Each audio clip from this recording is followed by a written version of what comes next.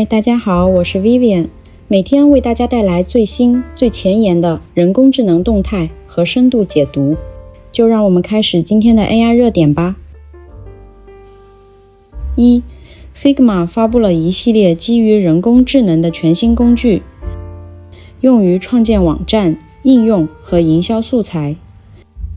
这些工具包括 Figma Sites、Figma Make 和 Figma Buzz。Figma Sites 允许用户在不离开 Figma 工作流程的情况下创建网站，而 Figma Make 是一款快速编码工具，可帮助用户将创意变为现实。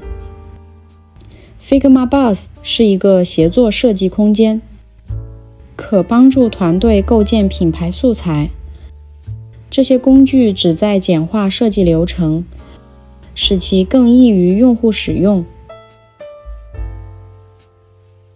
2.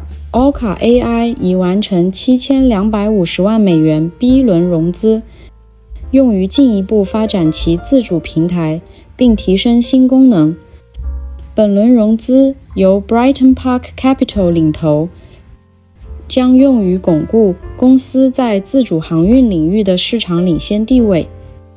Orca AI 的技术显著提升了运营决策和航行安全，并已证明近距离接触事件减少了 54%， 每艘船每年可节省$10万燃油成本。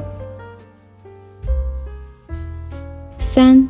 Salesforce 将在未来5年内在沙特阿拉伯投资$5亿用于人工智能集成。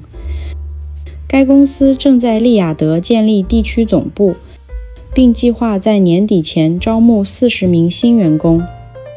这项投资是沙特阿拉伯1000亿美元人工智能战略的一部分。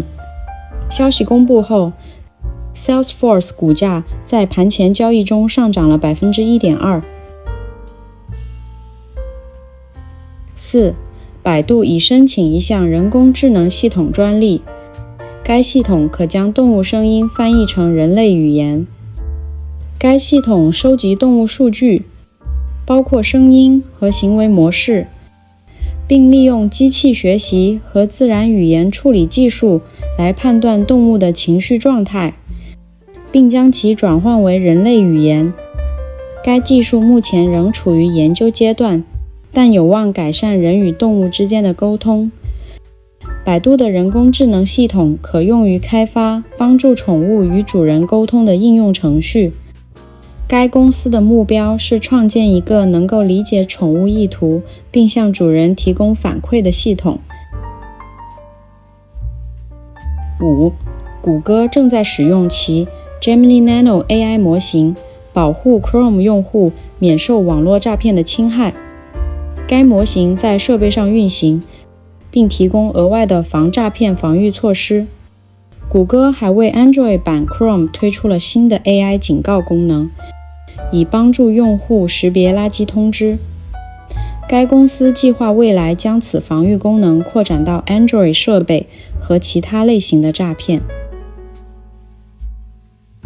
6.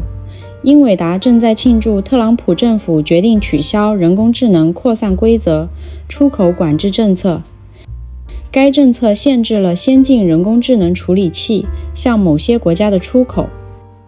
该公司认为该规则过于复杂，会阻碍美国的创新。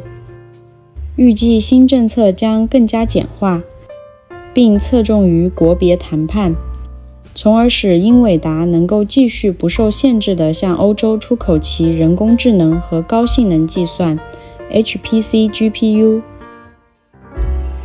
如果您对人工智能充满好奇，想要及时了解这个正在重塑我们生活的科技领域，欢迎订阅我的频道。我们下期见，拜拜。